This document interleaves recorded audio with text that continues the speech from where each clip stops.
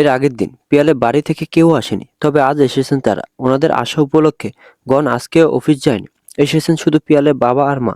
এসে আগে ওনারা নাতি নাতনি আর ছেলের বউয়ের খোঁজ করলেন। পিয়াল গিয়ে ঘরের ভেতর থেকে ছেলে মেয়েকে নিয়ে এলো ঠিকই, তবে শম্পাকে তৎক্ষণাৎ বের হতে দেখা গেল না। প্রায় আধা ঘন্টারও বেশি সময় পর শম্পা ঘর থেকে বের হলো, তাও যখন সালমা বেগম গিয়ে ডাকলো তখন বের হলো। বসার ঘরে তখন পিয়ালের বাবা মা বসে আছেন। নিজের শ্বশুর শাশুড়িকে সালাম অবধি দেওয়ার প্রয়োজন মনে করল না শম্পা। পিয়ালের মা রোকেয়া নিজেই ছেলের বউকে উদ্দেশ্য করে বললেন, ভালো আছো মা? কণ্ঠে একরাশ অনীহা সমেত শম্পা জবাব দিল যে ভালো আছে। পাল্টা শাশুড়িকে জিজ্ঞেসও করল না যে তিনি কেমন আছেন। নিধিও তখন বসার ঘরে উপস্থিত ছিল, শুধু দেখে গেল শম্পার আচরণ, সেই সাথে নিজের শাশুড়ির প্রশ্রয় দেওয়াও দেখে গেল। এখনই যদি এই আচরণটা নিধি করত তাহলে একেবারে ঝড় উঠে যেত। অথচ নিজের মেয়ের বেলায় চুপচাপ মুখ বন্ধ বসে আছেন, যেন ভাজা মাছটা উল্টে খেতে জানে না। সত্যি কথা বলতে নিধি এই মানুষটাকে একেবারে ভুল জেনেছিল, একেবারে একটা বজ্জাত বুড়ি। নিধি আরেকটা ব্যাপার খেয়াল করলো, পিয়ালের বাবা মাকে কেউ যেন গুরুত্বই দিচ্ছে না। শম্পার খালামামিরা তো একবার ঘর থেকে বেরিয়ে দেখা অবধি করলো না ওনাদের সাথে। আর শম্পার কথা নাই বাদই দেওয়া যাক, অন্যান্য দিন তো ওকে বিছানা থেকে তোলা যায় না, অথচ আজকে এমন ভাব দেখাচ্ছেন যেন কাজ করে উল্টে ফেলছে। তিনি খুব ব্যস্ত ছেলে মেয়েদের কাজে, এতটাই ব্যস্ত যে শ্বশুর শাশুড়িকে সময় দেওয়ার সুযোগ পাচ্ছেন না। বাকি রইল সালমা বেগম। এই মহিলার আসলে সমস্যা কি সেটাই নিধি ধরতে পারছে না। মেয়ের শ্বশুর বাড়ির লোকজন বলে দেখ কথা, অন্তত মেয়ের ভালো থাকার জন্য, মেয়ের সম্মান বাড়ানোর জন্য হলেও তো তাদের একটু খাতির যত্ন করতে হয়। কিন্তু এই মহিলা তো আজও নিজের বোন ভাবিদের যত্ন করতেই ব্যস্ত। অবশ্য মেয়ে তো ওনার সারা বছর এখানেই থাকে। মেয়ের শ্বশুরবাড়ির লোকজনকে আর কেনই বা, কি ভয়েই বা খাতির যত্ন করবেন? তবে গণ খুব খাতির যত্ন করলেন ওনাদের। যতটা সময় ওনারা থাকলেন, গণ নিজে ওনাদের সাথে গল্প করলো। ওনাদের আপ্যায়নের দিকটা যেন নিধি দেখে, সে কথাও নিধিকে বলেছে। নিধি মেনেছে গহনের কথা, যতটা সম্ভব ওর দ্বারা ততটাই ভালো ব্যবহার করেছে ওনাদের সাথে। ওনারা দুজন খুব খুশিও হয়েছে, নিধির প্রতি আদরও করেছেন, সেই সাথে সংসারের জন্য দোয়াও দিয়েছেন। সময় হলো এবার ওনাদের চলে যাওয়ার। শুরুতে যেমন একবার শম্পার দেখা পাওয়া গিয়েছিল, এখন দ্বিতীয়বারের মতন ওর দেখা পাওয়া গেল। এক কোনায় চুপচাপ দাঁড়িয়ে আছে। রোকেয়া নিজে উঠে গিয়ে শম্পার মাথায় হাত বুলিয়ে দিয়ে বললেন, মা, ওটা তো তোমার বাড়ি, তোমার সংসার। আমি আর কদিন থাকবো বলো? যেতে হবে তোমায়, তোমার সংসার বুঝে নিতে হবে তো। শম্পা তাচ্ছিল্য গলায় বলল, যে সংসারে দুদিন পর পর আপনার মেয়ে মাতব্বরি করতে চলে আসে, সেই সংসার আমার সংসার। আপনার আর আপনার মেয়ের মাতব্বরত্ব শেষ হয় না। আপনার এত বয়স হয়ে গিয়েছে, তাও এখনো আপনার নিজের সংসার করার শখ শেষ হয়নি। আমি আমার সংসার পাবো কোত্থেকে? এত মানুষের সামনে ভদ্রমহিলা ভীষণ অপমানিত বোধ করলেন ছেলের বউয়ের এমন ব্যবহারে। গণ তখন সেখানে উপস্থিত নেই, তবে নিধি খেয়াল করলো ব্যাপারগুলো এবং সবটুকু টুকে রাখলো যে প্রত্যেকটা কথা পরে গহনকে জানাবে যে ওর বোন ঠিক কতটা বেয়াদব। সালমা বেগমও চুপচাপ বসে আছেন, কিচ্ছু বললেন না মেয়েকে। তবে নিজের মায়ের এমন অসম্মান পিয়াল সহ্য করতে পারল না। রাগান্বিত গলায় বউকে দু এক কথা শোনাতে না শোনাতেই রোকেয়া ছেলেকে থামিয়ে দিলেন। তিনি ছেলেকেই শাসন করলেন। তারপরে আবারও ছেলের বউকে উদ্দেশ্য করে আদুরে গলায় বললেন, আমার মেয়ে আর আসবে না, তুমি চিন্তা করো না। আর আমার শরীরের যা অবস্থা, আমি আর সংসার করার শক্তি পাই না মা। তুমি আজই আমাদের সঙ্গে চলো। এই বয়সে এসে নাতি নাতনিদের সঙ্গে সময় কাটানোর ইচ্ছে তো সবারই থাকে, আর আমরা ওদের মুখটাও দেখতে পাই না। তোমার শ্বশুর অসুস্থ, আমি অসুস্থ, সংসার ঠিকভাবে চলে না মা। তুমি চলো আমাদের সঙ্গে আজ। ও ও এবার বুঝতে পেরেছি কেন আজ আমাকে নিয়ে যাওয়ার জন্য এত তাড়া দিচ্ছে। আপনারা দুজনেই অসুস্থ, এখন আমায় গিয়ে আপনাদের সেবা যত্ন করতে হবে। 3 বেলা আপনাদেরকে রেঁধে খাওয়াতে হবে, তাই তো? শুনুন, আমি কাজের লোক হয়ে ওই বাড়িতে যেতে পারবো না। আমি এই বাড়িতে যথেষ্ট ভালো আছি, আসতে পারেন এখন আপনারা। পিয়ালে মনে হলো যথেষ্ট অপমানিত হয়ে গেছে, আর সহ্য করা সম্ভব না। শম্পাকে কোনো কিছু বলো যেন লাভ হবে না, সেই ব্যাপারে পিয়াল নিশ্চিত। সেজন্য ভাবলো এবার ওকে একটু কঠিন সিদ্ধান্ত নিতে হবে। উঠে গিয়ে নিজের মাকে উদ্দেশ্য করে বলল, মা চলো, এখানে আর থাকতে হবে না, আর না ওকে আমাদের সঙ্গে যেতে হবে। পিয়ালরা চলে যেতে ধরলে তখনই গহন এলো। মনে কারোর সাথে গুরুত্বপূর্ণ কিছু বিষয় আলোচনা করছিল। ওনাদের এত তাড়াতাড়ি যেতে দেখে পিয়ালকে উদ্দেশ্য করে বলল, পিয়াল, এত তাড়াতাড়ি চলে যাচ্ছ কেন? ওনারা আজ থাকুক এখানে। না গহন, এখানে আর থাকা সম্ভব না। তোমার বোনের সাথে এক ছাদের নিচে বাস করাই অসম্ভব। ও এতটা বিষাক্ত। শুধুমাত্র তোমার কথায় আমার মা বাবাকে এখানে এনেছিলাম, কিন্তু ওনারা যতটা অপমানিত হলেন তোমার বোনের দ্বারা, এখন ওনাদেরকে এখানে আনার জন্য নিজেকে গালাগাল করতে ইচ্ছে করছে। গহন ভ্রু কুঁচকে বলল, কেন, কি হয়েছে? শম্পা, কি করেছো তুমি? শম্পা কোনো উত্তর দেওয়ার আগেই পিয়াল বলল, কি আর বাকি রেখেছে সেটা বলো। যা নয় তাই বলে আমার মা বাবাকে অপমান করছে। আমার মা বাবা ওকে নিজেদের সাথে নিয়ে যেতে চেয়ে কি ভুল করেছে? ওর যদি শ্বশুরবাড়িতে যাওয়ার ইচ্ছে নাই থেকে থাকে তাহলে বিয়ে করেছিল কেন? তুমি আজ আমায় একটা কথা পরিষ্কার করে বলে দাও, ও কি আমার সাথে সংসার করবে নাকি করবে না? যদি করতে না চায় সেই ব্যবস্থা আমি করব। ওর ভালোবাসা এখনো এতটা অন্ধ হয়ে যায়নি যে ওর পা ধোয়া জল খাবো বসে। আটকে আছে শুধুমাত্র ছেলেমেয়ে দুটোর মুখের দিকে তাকিয়ে। নয়তো সারা জীবনের জন্য ওকে এই বাড়িতে রাখার ব্যবস্থা আমি করে দিতাম। শম্পা খেঁকে উঠে পিয়ালের দিকে তেড়ে এসে যেই না কিছু বলতে চাইলো, অমনি গহন বেশ কড়া গলা একটা ধমক দিল ওকে। কেঁপে উঠল শম্পা। এর আগে এত জোরে গহন কখনো ওকে ধমক দেয়নি। গহন শম্পাকে উদ্দেশ্য করে রাগান্বিত গলায় বলল, বাড়াবাড়ির একটা সীমা আছে শম্পা। তোমাকে কি আমরা এই শিক্ষা দিয়েছি? আমি শুরু থেকে খেয়াল করছি ওনারা এসেছেন, অথচ তুমি ওনাদের সাথে ভালোভাবে কথা অবধি বলছো না। কিসের এত ঘৃণা তোমার ওনাদের প্রতি? কি করেছেন ওনারা? বেয়াদবির একটা সীমা থাকে। তুমি সব সময় নিজের সীমা অতিক্রম করে যাও। প্রতিটা বিষয় নিজের জেদ খাটাতে চাও। সমস্যা কি তোমার? শম্পার মেজাজ তুমুল গরম হয়েছিল আজ। এর মাঝে গহনের এই খারাপ ব্যবহারটা মোটেই সহ্য হলো না। ও কেন গহনের গরম সহ্য করতে যাবে? গহনকে ওর জীবনে নাক গলানোর, ওকে শাসন করার অধিকারই বা গহনকে কে দিয়েছে? এবারে শম্পার পিয়ালের উপর জমা সম্পূর্ণ রাগটা গিয়ে পড়ল গহনের উপরে। অগ্নিদৃষ্টিতে শম্পা গহনের দিকে তাকিয়ে রাগান্বিত গলায় বলল, তুমি কি আমাকে শাসন করার? কে অধিকার দিয়েছে তোমায় আমার জীবনে নাক গলানো? তোমার সাহস হয় কি করে আমার সাথে এভাবে কথা বলার? কিসের এত গরম দেখাও আমায়? আমি তোমার টাকায় খাই নাকি তোমার বাড়িতে থাকি?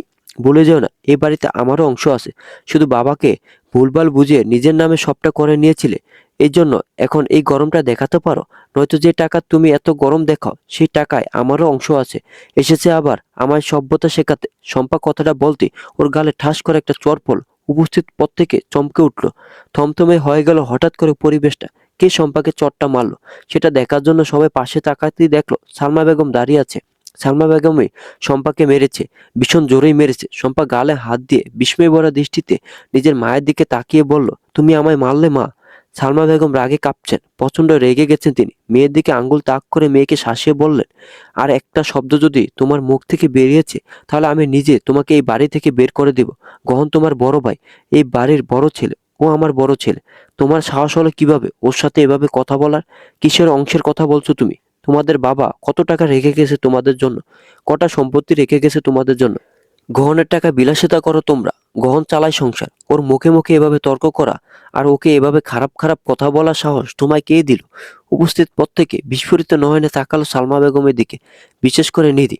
নিধি এখন সত্যি দ্বিধাদ্বন্দ্বের মাঝে আছে। সালমা বেগম এই কথাগুলো মন থেকে বললেন নাকি আবার গহনের কাছে ভালো সাজার জন্য বললেন? কিন্তু ওনার অভিব্যক্তি দেখে তো মনে হচ্ছে না যে নাটক করছেন। কিন্তু কথা হলো, শম্পার এত কিসের ঘৃণা আর রাগ গহনের প্রতি যে গহনের কথা সহ্যই করতে পারে না? ওরই তো ভাই। সাবিতকে যেখানে এত ভালোবাসে তাহলে গহনকে কেন ভালোবাসতে পারে না? অদ্ভুত মেয়ে। শম্পা মায়ের মুখের উপর আর কিছু বলতে পারলেন না। সালমা বেগম এবারে গহনের দিকে এগিয়ে এলেন।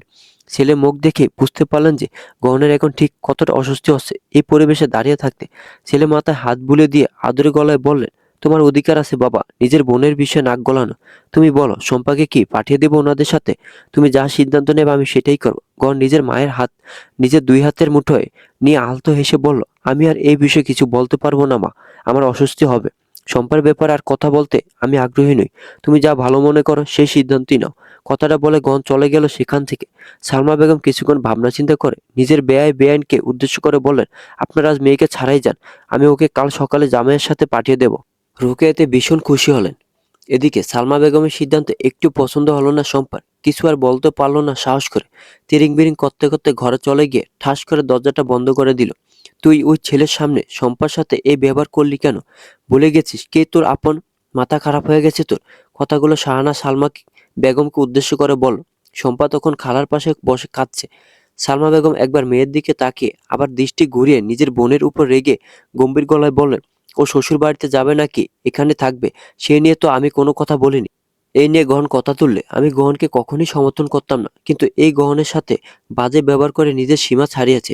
ওর এতটা সাহস হওয়া উচিত হয়নি যে ইঙ্গিতে গহনকে পর বানিয়ে দেয়। ভুল তো কিছু বলেনি। সতীনের ছেলে কখনো আপন হয় না, এই কথাটা তুই কবে বুঝবি? দুদিন পর যখন লাথি দেবে তখন ঠিকই বুঝবি। সালমা বেগম তুমুল আত্মবিশ্বাসের সাথে বললেন, লাথি দিলে আমার নিজের ছেলে মেয়েরাই দেবে, সতীনের ছেলে দেবে না। গহনকে এমনভাবে মানুষই করিনি আমি। সালমা বেগমের কথা শুনে শম্পা কন্দনরত গলায় বলল, দেখেছো খালা, দেখেছো কিভাবে সৎ ছেলের জন্য নিজের ছেলে মেয়েদেরকে অপমান করে? মা বদলে গেছে খালা। আমার ইচ্ছের বিরুদ্ধে গিয়ে পিয়ালকে বলে দিল যে কাল সকালে নাকি আমি যাব। তুমি বলো তো খালা, আমি কি কাজের লোক? আমার বাবার কি কম সম্পত্তি আছে যে আমি কি অন্যের ফাইফরমাস খাটাবো? আমি কেন ওদেরকে রান্না করে খাওয়াতে যাব? আমি কেন ওদের সেবা যত্ন করতে যাব? আমার কি খেয়ে দিয়ে কোনো কাজ নেই? শম্পার কথায় তাল মিলিয়ে শাহানা ও সালমা বেগমকে উদ্দেশ্য করে বললেন, ঠিকই তো বলেছে শম্পা। আর তুই মেয়ের ইচ্ছের দাম না দিয়ে আগে একটা সিদ্ধান্ত নিয়ে নিলি কেন? গহনের এত সাহস হয় কি করে যে তোর মেয়েকে বাড়ি থেকে বেরিয়ে যেতে বলেনি গহন, শ্বশুর বাড়িতে যেতে বলেছে ওকে। দুটোর মানে একই হলো। আজ তোর মেয়েকে বাড়ি থেকে বেরিয়ে যেতে বলছে, দুদিন পর উঠে পড়ে লাগবে সিনথিয়ার বিয়ে দিয়ে ওকে দূর করার জন্য। তারপরে ধীরে ধীরে দেখবি সাবিতকেও আলাদা করে দিয়ে তোকে সাবিতের ভাগে ফেলবে আর নিজে বউ নিয়ে সুখে শান্তিতে সংসার করবে। তোর বুদ্ধি আর কবে হবে বলতো? তুই বল না, এর আগে কখনো গন চম্পাকে ওর শ্বশুর বাড়িতে যাওয়ার কথা বলেছে? সালমা বেগম একটু মনে করার চেষ্টা করে বললেন, না, যেই না বউ এসেছে অমনি আর বোনকে পছন্দ হচ্ছে না। শুন সালমা, আমি তোর বোন, তোর ভালোর জন্য বলছি, বোঝার চেষ্টা কর। তোর ছেলে পর হয়ে যাচ্ছে, এটাই নিয়ম। বিয়ের পর ছেলেরা পর হয়েই যায়। আর তোর ছেলের বউকে তো দেখলাম, একেবারে মাথা ভর্তি কুবুদ্ধি। দুদিনই তো তোর ছেলের মাথা খেয়ে নিয়েছে। এখনো সময় থাকতে ছেলেকে টাইট দে। আর তুই না পারলে দাঁড়া, আমি দিচ্ছি। কথাটা বলে শাহানা উঠে ঘর থেকে বেরিয়ে গেলেন। সালমা বেগম ডাকলেন ওনাকে পেছন থেকে, আটকানোরও চেষ্টা করলেন, তবে উনি থামলেন না। উঠে যেতে ধরলে ওনার ভাবি ওনাকে আটকে রাখলেন। খালার পেছন পেছন শম্পা উঠে গেল দেখার জন্য যে ওর খালা কি তাণ্ডব চালায়। বসার ঘরে সোফায় পায়ের উপর পা তুলে আয়েশি ভঙ্গিতে বসে শাহানা গহনের নাম ধরে চেঁচালে। গহন তখন সবেমাত্র একটু নিধির সাথে গল্প করা শুরু করেছে।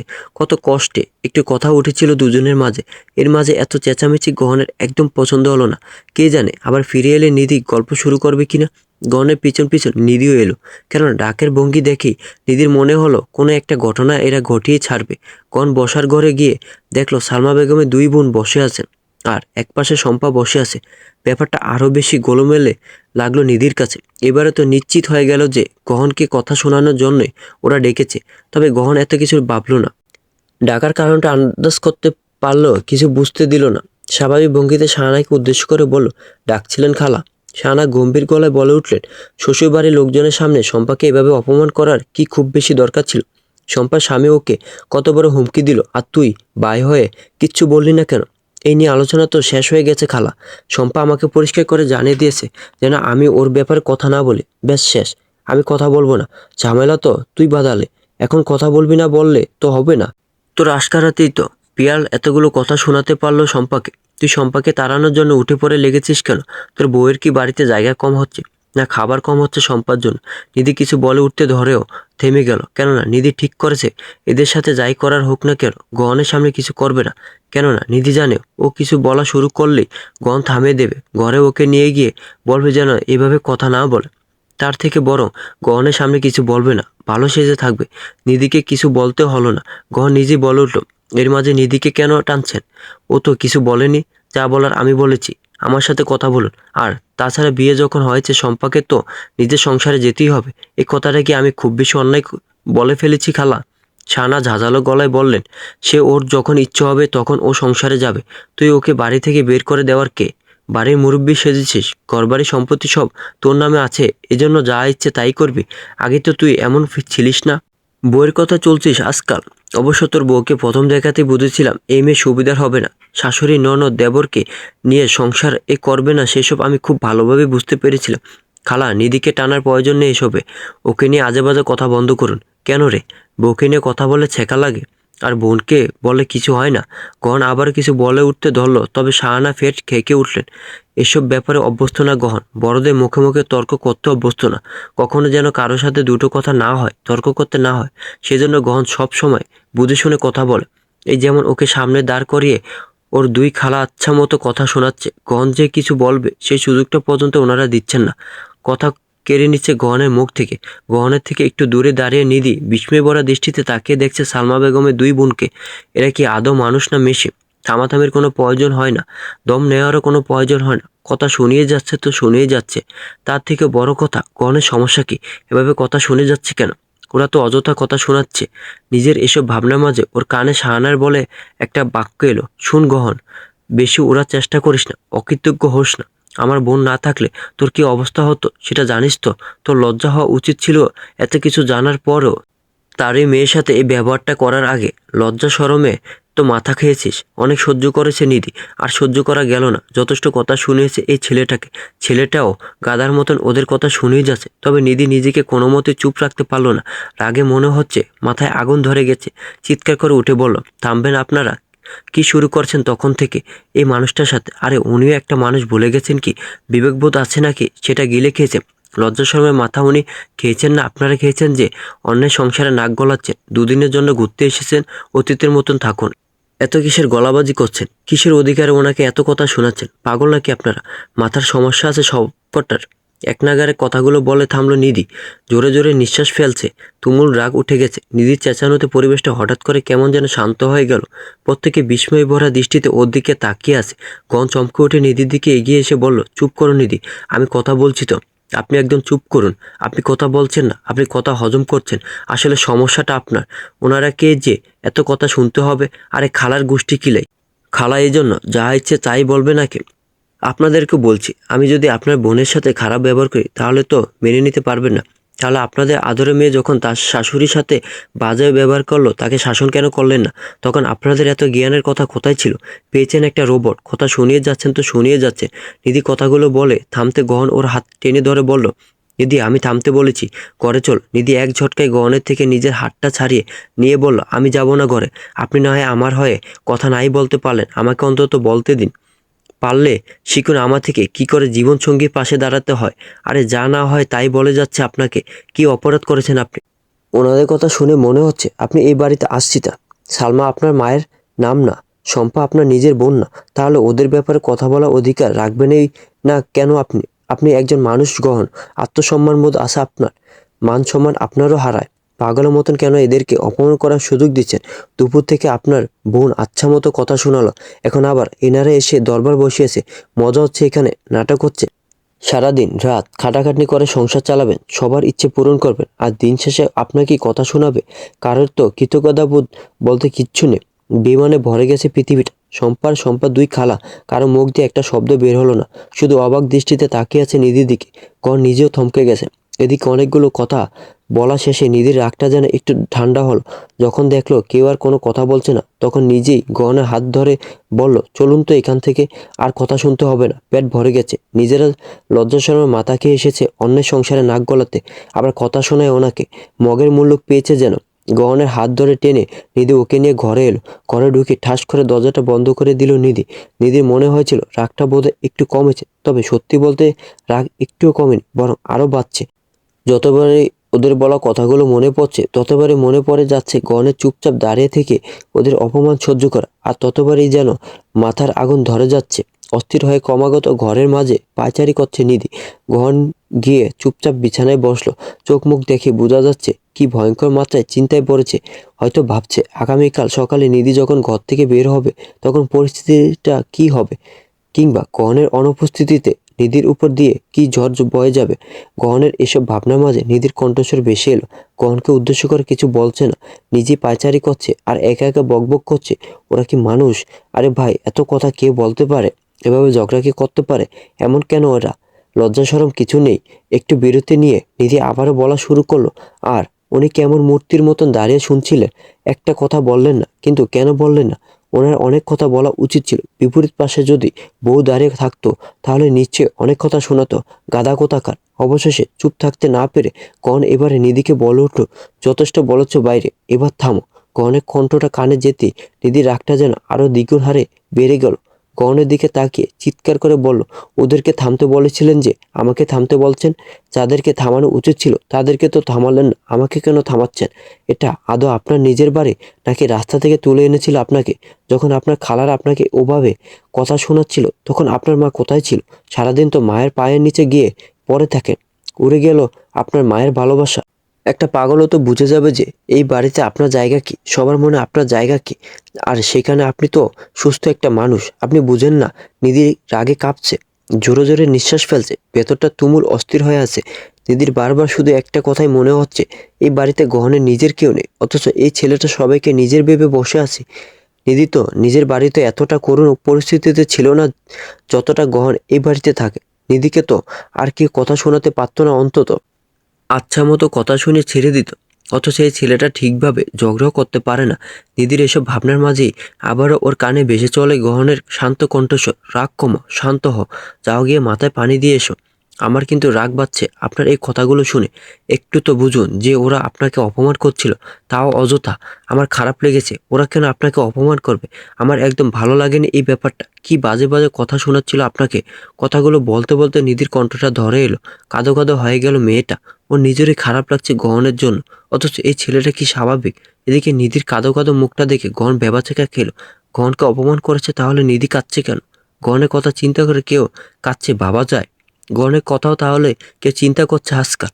কথাগুলো ভাবতে ভাবতে গহন উঠে এগিয়ে গেল নিধির দিকে। গহনকে এগিয়ে আসতে দেখে নিধির মনে হলো ছেলেটা নিশ্চয়ই আবার বলবে শান্ত হতে, বলবে যেন আর কখনো ওদের মুখে মুখে কথা না বলে। সেজন্য নিধি আগেই সাবধান করে দিয়ে বলল, একদম কোনো জ্ঞান দিতে আসবেন না আমাকে। যদি আপনাকে আবার ওরা কথা শোনায়, আমি আবার ওদেরকে কথা শোনাবো। আর যদি চান আমি চুপ থাকি, তাহলে আপনি মুখ খুলবেন। আরো অনেক কিছু বলা উচিত ছিল আমার ওদেরকে। এখন আমার আপনার উপর রাগ ঝাড়তে ইচ্ছে করছে। ঘর নিধির কাছাকাছি এসে ওর মাথায় হাত রেখে বল, শান্ত হয়, আগে রাগটা কমা, তারপরে আমরা কথা বলবো। আমি শুনবো তোমার কথা, যা যা বলতে চাও সব শুনবো, দরকার হলে সারা রাত জেগে শুনবো, কিন্তু আগে রাগটা কমা। রাগের মাথায় আমরা সবসময় ভুলভাল কথাই বলি, যার কারণে পরে আফসোস হয়। গহনের নির্লিপ্ততা কেন যেন নিধির ভালোই লাগছে না। এত শান্ত কেন হবে মানুষটা? একটু তো রেগে যাওয়া উচিত ছিল। এমনটাও তো নয় যে শুধু নিধির সাথে রাগারাগি করে আর বাকিদের বেলা চুপ থাকে। তাহলে না হয় নিধি নিজেকে এটা বলে সান্ত্বনা দিতে পারতো যে বাকি পুরুষদের মতন পারেই শুধু বউয়ের সাথে ঝগড়া করতে। কিন্তু এই মানুষটা তো নিধির সাথে রাগারাগি করে না, সবসময় শান্ত থাকে। কেন সবসময় মানিয়ে নেওয়ার চেষ্টা করে? মাঝে মাঝে তো উচিত জবাব দিতে হয়, তাই না? অন্যান্য সময় হলে নিধি হয়তো গহনের সাথে রাগারাগি করতো, তবে এখন গহনের জন্য খারাপ লাগছে। নিধি অসহায় গলায় বলল, কেন চুপ করেছিলেন? এর আগেও ওরা আপনাকে এভাবে অনেক কথা শুনিয়েছে নিশ্চয়ই, তাই না? আর আপনি চুপচাপ শুনে গেছেন, কে কখনো প্রতিবাদ করেনি আপনার হয়ে? গহন আলতো এসে বলল, তুমি তো ছিলে না এর আগে, তাহলে কে কথা বলতো আমার হয়ে? আমার খালাদের সঙ্গে ঝগড়া করার সাহস কারো হয় না। তোমার মতন সাহসী তো আর কেউ কখনো ছিল না আমার জীবনে। সত্যি করে বলুন তো, ওরা আপনার সাথে এমন করে কেন? ওদের ব্যবহারে সবসময় মনে হয় যেন আপনি পর, আলাদা। আমি আজ একটা ব্যাপার খেয়াল করেছি, দেখুন সালমা, সাবিত, সিনথিয়া, শম্পা আর আপনি হলেন গহন। নামের মাঝেই তো কত পার্থক্য। এভাবে কেউ নাম রাখে? আমার নাম আমার বাবার সাথে মিলিয়ে রাখা। আমার বাবা রেখেছিলেন আমার নাম, সেজন্য ওদের সাথে মেলে না। আপনি কিছু লুকাচ্ছেন না তো আমার থেকে? আমার আপনাকে খুব অসহায় মনে হচ্ছে আমার আপনার সঙ্গ না, আপনার আমার সঙ্গ প্রয়োজন। এ বাড়িতে আপনি নির্বাসিত। আমি তো খেয়াল করি সারাদিনই ঘরে ল্যাপটপ নিয়ে পড়ে থাকেন। আপনার খাওয়া দাওয়া নিয়ে কারো চিন্তা নেই। আপনি কখন বাড়ি ফিরলেন, কখন বেরিয়ে গেলেন, সে নিয়েও কারো কোনো চিন্তা নেই। কেন এত অবহেলা আপনার প্রতি? আপনার মায়ের ব্যাপারটা নিয়ে আমি দ্বিধায় ভুগছি। উনি আপনাকে ভালোবাসেন ঠিক আছে, কিন্তু সবসময় ভালোবাসাটা আমার চোখে পড়ে না। কন এবার আলতো এসে বলল, মা আমাকে ভালোবাসে, ভীষণ ভালোবাসে আমি জানি। সবসময় নিজের ভালোবাসা প্রকাশ করা তো জরুরি না, তাই না? দরকারের সময় প্রকাশ করা জরুরি। আপনি এটা অস্বীকার করতে পারবেন না যে আপনার সাথে অন্যায় উনিই বেশি করে ভালোবাসেন, মানলাম। আমি জানি মা বাবা যেমনই হোক, তাও তাদেরকে সম্মান করা উচিত, কিন্তু তাই বলে ওনার ভুলগুলো ধরিয়ে দেবেন না। কেন ওনার ব্যাপারে আপনি অন্ধ হয়ে থাকেন? গহন তৎক্ষণাৎ কোনো উত্তর দিল না। কিছুক্ষণ ভাবনার জগতে নিমগ্ন থেকে আনমনে বলে উঠল, অন্ধ হয়ে থাকি না। আমি শুধু চাই আমার জন্য মা আর কোনো কষ্ট না পাক। মাতৃ স্নেহের ঋণ কেউ কখনো শোধ করতে পারে না নিধি। তুমি সবার সব ঋণ শোধ করতে পারলো, মাতৃ স্নেহের ঋণ কোনোদিন শোধ করতে পারবে না।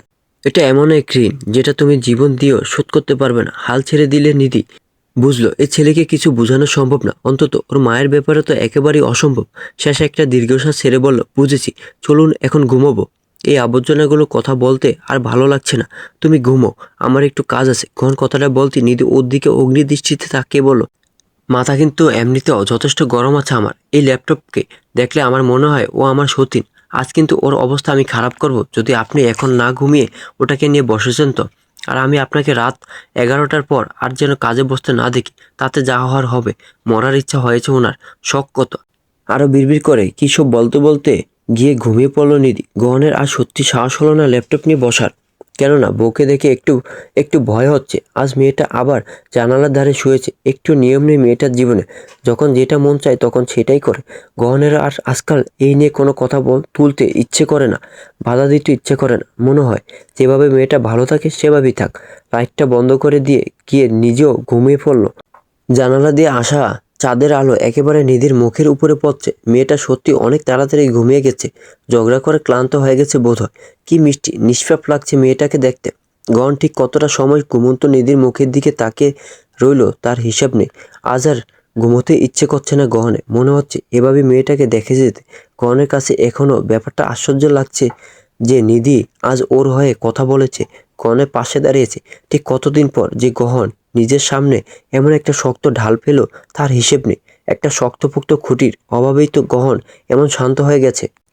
অভিযোগ করতে ভুলে গেছে, অভিমান করতে ভুলে গেছে। এত বছর পর আজ এই পুচকে মেয়েটা গহনের সেই শক্ত খুঁটি হয়ে দাঁড়ালো। অদ্ভুত না?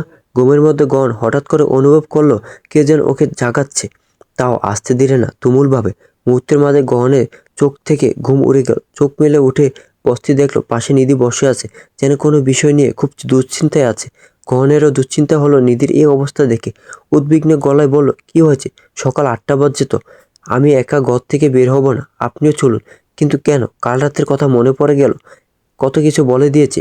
আমি বলছি না ভুল করেছি, ঠিকই করেছি, বরং কম কথা শুনেছি। কিন্তু এখন বাইরে গেলে সবাই একসঙ্গে ধরবে আমায়। আর আপনিও তো আমার তেমন ভালো স্বামী নন যে আমার হয়ে ঝগড়া করবেন। আমি একা এতজনকে কি করে সামলাবো? গহন বিস্মিত দৃষ্টিতে বেশ অনেকটা সময় হা করে তাকিয়ে থাকলো নিধির মুখের দিকে।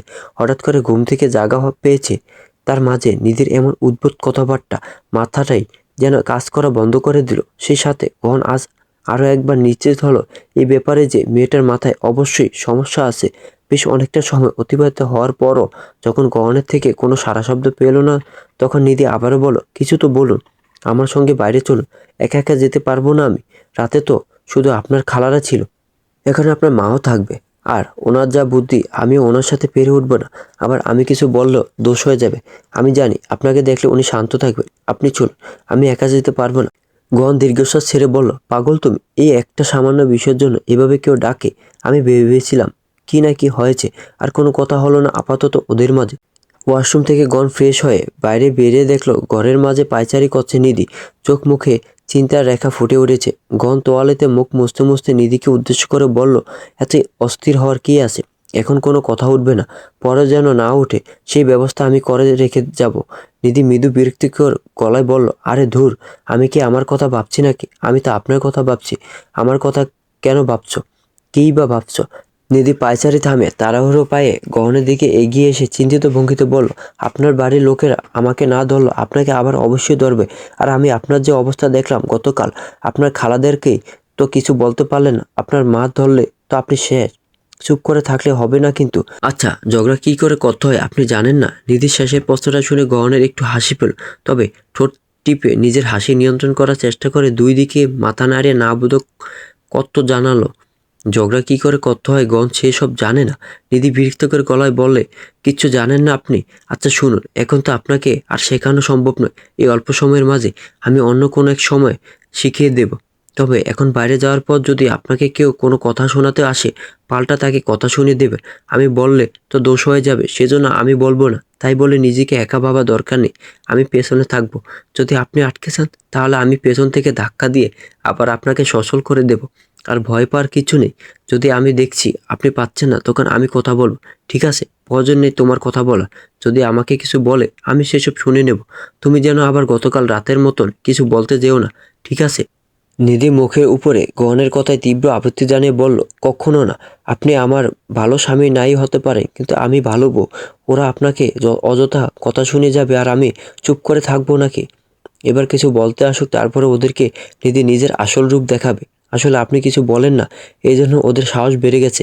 তার থেকে বড় কথা, আমি ছিলাম না তো, সেজন্য কথা শোনাতে পেরেছে এতদিন। এবার সাহস থেকে থাকলে আসুক আপনাকে কথা শোনাতে। নিধির বোধহয় আরও কিছু বলার ইচ্ছে ছিল, গহনকে আরও বিভিন্নভাবে সাহস যোগাতো, হয়তো টুকটাক কিছু ঝগড়াও শিখিয়ে দিত। তবে সেসব সুযোগ আর নিধি পেল না।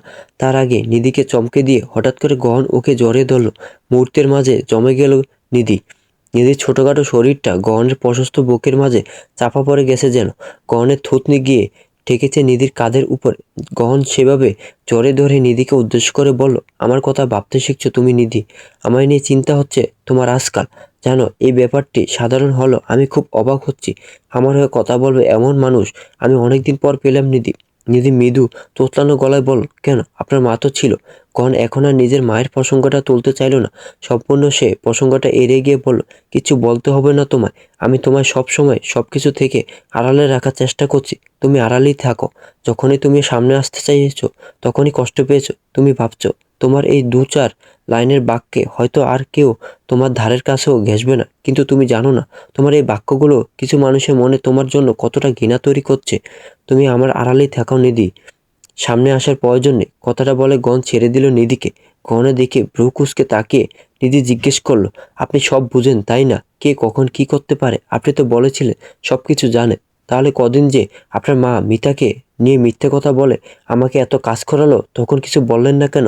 গহন নিধির দুহাত নিজের মুঠোয় নিয়ে শক্ত করে ধরে বলল, বিশ্বাস করো আমি এটা জানতাম না যে মিতাকে আসতে বারণ করা হয়েছে, কিংবা ও সকালে এসে চলে যেত। তুমি আমাকে বলেছিলে ছুটিতে আছে, আমি সেটাই বিশ্বাস করেছিলাম। আমি বিষয়টাকে স্বাভাবিকভাবেই নিয়েছিলাম, কেননা এমনটা প্রায় হয়ে থাকে। আমি তোমাকে এটা বোঝাতে চেয়েছিলাম যে এই কাজটা তোমার সাথে কেন করা হলো সেটা আমি জানি। নিধি কৌতূহলী গলায় বলল, কেন? গহন আলতো এসে নিধির মাথায় হাত রেখে বলল, সেসব তোমায় জানতে হবে না। তোমার সমস্যার সমাধান হয়ে গেছে তো, এই যথেষ্ট। বাইরে চলো। কথাটা বলে গহন দরজা খুলে বাইরে বেরিয়ে গেল। নিধি এই মানুষটার উপরে বিরক্ত হবে নাকি ভালোবাসবে বুঝে উঠতে পারছে না। কখনো মনে হয় মানুষটা ভালো, কখনো আবার মনে হয় খারাপ। সংসারে এই জটিল সমীকরণ আর মেলাতে পারছে না নিধি। গহনের কথা একেবারে সত্যি হলো। বাড়ির পরিবেশ একেবারে ঠান্ডা। গতকাল রাতের ঘটনাটা নিয়ে কেউ নিধিকে একটা কিছু বলল না। কিন্তু কেন বলল না এই কথাটা নিধি ভেবে পাচ্ছে না। সকাল সকাল উঠে দেখলো শম্পা নিজের ব্যাগপত্র গুছিয়ে একেবারে তৈরি। বোধহয় রাতেই ব্যাগ গুছিয়ে রেখেছিল। নিধি খুব খুশি হলো ওর ব্যাগপত্র গোছানো দেখে। অন্তত একটা ঝামেলা অবশেষে ঘাত থেকে নামবে। তবে বেশিক্ষণ খুশি থাকতে পারলো না নিধি। কিছুক্ষণ পরে কানে খবর এলো যে শম্পা আর ওর ছেলে দুজনেই নাকি ভীষণ অসুস্থ। গতকাল রাত থেকে হঠাৎ করে তুমুল জ্বর। একটা দীর্ঘশ্বাস ফেল নিধি। ওর কপালে বোধহয় সুখ লেখাই নেই। সকালে নাস্তা শেষে গহন ঘরে এসে অফিস যাওয়ার জন্য তৈরি হচ্ছে। খেয়াল করছে বেশ অনেকক্ষণ থেকে নিধি ওর পেছনে ঘুরঘুর করছে। গহন যেদিকে যাচ্ছে নিধিও পেছন পেছন সেদিকে যাচ্ছে। বোধহয় কিছু বলার চেষ্টা করছে, তবে বলে উঠতে পারছে না। বেশ কিছুটা সময় নিধির এমন পাগলের মতন আচরণ খেয়াল করার পর অবশেষে গহন থেমে পিছনে ঘুরে দাঁড়িয়ে প্রশ্নাত্মক গলায় জিজ্ঞেস করলো, কি হয়েছে? কেউ তো কিছু বলেনি। আমি জানি আপনি বাড়িতে আছেন, এজন্য কেউ কিছু বলেনি। আপনি চলে গেলে আপনার মা শুরু করে দিবে। গহন কিছু বলে উঠতে ধরলো ওর মাকে নিয়ে কথা বলার জন্য, তবে তার আগে নিধি নিজেই ওকে থামিয়ে দিয়ে বলল, দেখুন, অযথা কথা শোনাবেন না আমাকে। আপনি খুব ভালো করে জানেন আপনার মা কেমন। আমি ওনাকে খারাপ বলছি না, কিন্তু আপনি জানেন উনি কেমন। আর আমি জানি উনি কথা শোনাবেন আমাকে। আর আপনার খালারা তো মুখ একেবারে ফুলিয়ে বেলুনের মতন করে রেখেছে, কখন না জানে ফেটে যায়। আপনি এক কাজ করুন, আমায় কোথাও একটা নিয়ে চলুন। আপনি অফিস থেকে ফেরার পথে আবার নিয়ে আসবে। গহন একটা দীর্ঘশ্বাস ফেললো। কিছুক্ষণ ভাবলো কি করা যায়, কিন্তু ভাবনা চিন্তা করেও কোনো সমাধান খুঁজে পেল না। ফুফিরা বাড়িতে নেই, যারা দাদু বাড়ি গেছে, নয়তো ওখানে রেখে আসতাম। তুমি তো তোমার বাবার বাড়িও যাবে না, তাহলে আমি কি করব বলো? কোথাও যে তোমায় রেখে আসবো তেমন কোনো জায়গায় নেই। নিধি অসহায় মুখ করে বলল, তাহলে হয় আপনি থাকুন, নয়তো আপনার খালাদের বাড়ি থেকে বের করে দিয়ে যান। এভাবে বের করে দেওয়া যায় নাকি? আর আমি গতকালও অফিসে যাইনি, আজ যেতেই হবে। গুরুত্বপূর্ণ 3টে মিটিং আছে, একটাও ক্যান্সেল করা যাবে না। নিধি একটা দীর্ঘশ্বাস ছেড়ে বলল, তাহলে আর কি, আমি বাড়িতে থেকে যাই আপনার মা খালাদের কথা শোনার জন্য। মা আসতে পারি। সালমা বেগম তখন ঘরে বাকি সবাইকে নিয়ে বসে গল্পগুজব করছে। গহনকে আসতে দেখে সবার হাসি ঠাট্টা একেবারে বন্ধ হয়ে গেল। সবাই একযোগে ভেংচি কেটে নিজের মুখ অন্যদিকে ঘুরিয়ে নিল। সালমা বেগম তেমন কিছুই করলেন না, মুখে হাসি ফুটিয়ে তুলে অনুমতি দিলেন। গহন ভিতরে এসে সালমা বেগমের পাশে দাঁড়িয়ে বলল, তোমার সাথে একটু কথা ছিল মা। সালমা বেগম বুঝলেন যে গহন তার সাথে একাকী কথা বলতে চাইছে। ইশারা বাকি সবাইকে ঘর থেকে বেরিয়ে যেতে বলল। সবাই চুপচাপ চলে গেল। সবাই বেরিয়ে যেতে গহন গিয়ে ওর মায়ের পাশে বসলো। গহন কিছু বলে ওঠার আগে সালমা বেগম বলে উঠলেন, তোমার অনুপস্থিতিতে তোমার বউয়ের যেন কোনো অসুবিধা না হয় সেটাই নিশ্চিত করতে এসেছো। গহন একটুও চমকালো না। ও জানে ওর মা ওর চোখের ভাষা পড়ে নিতে পারে। গহনের মনের কথা খুব সহজেই বুঝে যেতে পারে। আলতো হেসে বলল, তার মানে তুমিও জানো আমার অনুপস্থিতিতে নিধির অসুবিধা হতে পারে, তাই না মা? নতুন বউ হয় যদি বড়দের মুখে মুখে এভাবে তর্ক করে, অসুবিধা তো হবেই বাবা। শ্বশুরবাড়িতে টিকে থাকা কি এত সহজ? তোমার কি মনে হয় তোমার মায়ের সংসার সহজ ছিল? এই বাড়িতে তোমার বাবা, দাদি সবাই আমার জন্য পরিবেশটা প্রতিদিন কঠিন করে তুলতো। আমাকে কখনো দেখেছো কারো মুখে মুখে এভাবে তর্ক করতে? নিধি তো ও নিজের জন্য তর্ক করেনি মা, আমার জন্য তর্ক করেছে। ও আমার পাশে দাঁড়ানোর চেষ্টা করেছে। আসলে মা, সবার তো আমার মতন ধৈর্য হয় না যে যে কেউ এসে কথা শুনে গেলে চুপচাপ সহ্য করবে। সবার থেকে এই ব্যাপারটা আশা করা উচিত না। আমার কথা রাখার জন্য নিধি যথেষ্ট চুপ থাকার চেষ্টা করে, কিন্তু সবসময় তো আমি ওকে চুপ থাকতে বলতেও পারি না মা। জোর করা হয়ে যায়, সব বিষয়ে জোর খাটে না।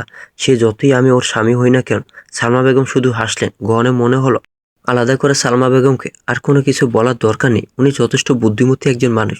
বুঝেই গেছেন গহনের এখানে আসে পেছনের কারণ। গহন চুপচাপ উঠে চলে যেতে ধরলে পিছন থেকে সালমা বেগম বলে উঠলেন, আজকাল আমার ছেলেকে কেমন যেন অপরিচিত লাগে আমার। আমি আজকাল আমার ছেলেকে বুঝতে পারছি না। আমাদের দুজনের মাঝে যেন দূরত্ব তৈরি হয়ে যাচ্ছে বাবা। থেমে গেল গহন। আর পা উঠতে চাইলো না সামনে এগোনোর জন্য। কিছুক্ষণ নিজ মনে কিছু একটা ভাবলো, পিছন ঘুরে সালমা বেগমের দিকে এগিয়ে গেল। হাতে থাকা ব্যাগটা বিছানার উপর রেখে দুই হাতের আঁচলায় সালমা বেগমের মুখটা নিয়ে মায়ের কপালে একটা চুমু খেয়ে বলল, তোমার ছেলে সারা জীবন তোমার থাকবে মা। দূরত্ব তৈরি হওয়ার কি আছে? আমার কাছে সব সম্পর্কের মানে, সব সম্পর্কের সমীকরণ, সব সম্পর্কের জায়গা আলাদা। যে যা জায়গাতে পূর্ণ সম্মানের সঙ্গে থাকবে। তুমি জানো তোমার ছেলের সম্পর্ক ভাঙতে না, গড়তে ভালোবাসে। এখন আসছি, কথাটা বলে গন উঠে দাঁড়ালো। চলে যেতে নিয়েও আবার থেমে গেল। পকেট থেকে মানিব্যাগটা বের করে তার ভেতর থেকে কয়েকটা 1000 টাকার নোট বের করে মায়ের দিকে বাড়িয়ে দিয়ে বলল, খালাদের যাতায়াত ভাড়া দিয়ে দিও, পরে যদি আমি ভুলে যাই তাই আগেই দিয়ে রাখলাম। কত টাকা দিল সেটা গহন হিসেব করার প্রয়োজন মনে করলো না, তবে এতটুকু জানে যে কম হবে না, বরং হলে বেশিই হবে। নিজের মাকে এত গুণে টাকা দিতে পছন্দ করে না গহন। সালমা বেগম টাকাটা নিলেন। উনি টাকাটা নিতেই গহন বেরিয়ে গেল ঘর থেকে। একটা দীর্ঘশ্বাস ফেললেন। কি এক ভয়ঙ্কর দোটানার মাঝে পড়ে গেছে। কেন যেন তার মাঝে এত অস্থিরতা তৈরি হয় হঠাৎ করে কে জানে। ঋতু আর নিচ থেকে এগিয়ে এসে নিধির সাথে গহনার যারাকে নিয়ে কিছু বলেনি, বলার হয়তো সুযোগ হয়ে ওঠেনি। তাই নিধি ভাবলো যে ঋতুর সাথে গিয়ে একটু গল্পগুজব করবে, এমনিতে টুকটাক কথাবার্তা বলবে। তারপরে নিশ্চয়ই কথায় কথায় ঋতু আবারও জানতে চাইবো ওর আর গহনের সম্পর্কের কথা। তারপরে হয়তো আবারও গহনার যারাকে নিয়ে কিছু বলতে পারে। যেই ভাবা সেই কাজ। ঋতুর ঘরের দরজার সামনে গিয়ে ওকে ডাকলো নিধি। তৎক্ষণাৎ উত্তর ভেসে এলো না। কিছুটা সময় বিরতি নিয়ে তারপরে ঋতুর উত্তর ভেসে এলো। ঋতুর কণ্ঠ পেয়ে নিধি ঘরে এলো। দেখলো ঋতু বিছানায় শুয়ে আছে। ঘরে সাবিত নেই, কে জানে কোথায় গেছে। নিজে এগিয়ে গেল ঋতুর দিকে। ওকে আসতে দেখে ঋতু শোয়া থেকে উঠে বসলো। খুব কষ্ট হলো উঠে বসতে। নিধি ওকে সাহায্য করলো। মাথার পিছনে একটা বালিশ দিয়ে হেলান দিয়ে বসিয়ে দিল। তারপরে নিজেও ঋতুর পাশে বসে চিন্তিত ভঙ্গিতে বলল, শরীর খারাপ নাকি তোমার? শরীরটা সত্যি বড্ড খারাপ ঋতুর। গতকাল সারা রাত ঘুমোতে পারেনি, কতবার যে বমি করেছে তার হিসেব নেই। সকাল থেকে তাও যা একটু ভালো আছে, তবে শরীরটা ভীষণ দুর্বল। এর মাঝে তো পেটে আবার হালকা একটু ব্যথা করছিল। কিন্তু তারপরে ঋতু মুখে হালকা হাসি ফুটিয়ে তুলে উত্তর দেওয়ার চেষ্টা করলো, ওর আর কি, একটু খারাপই শরীরটা।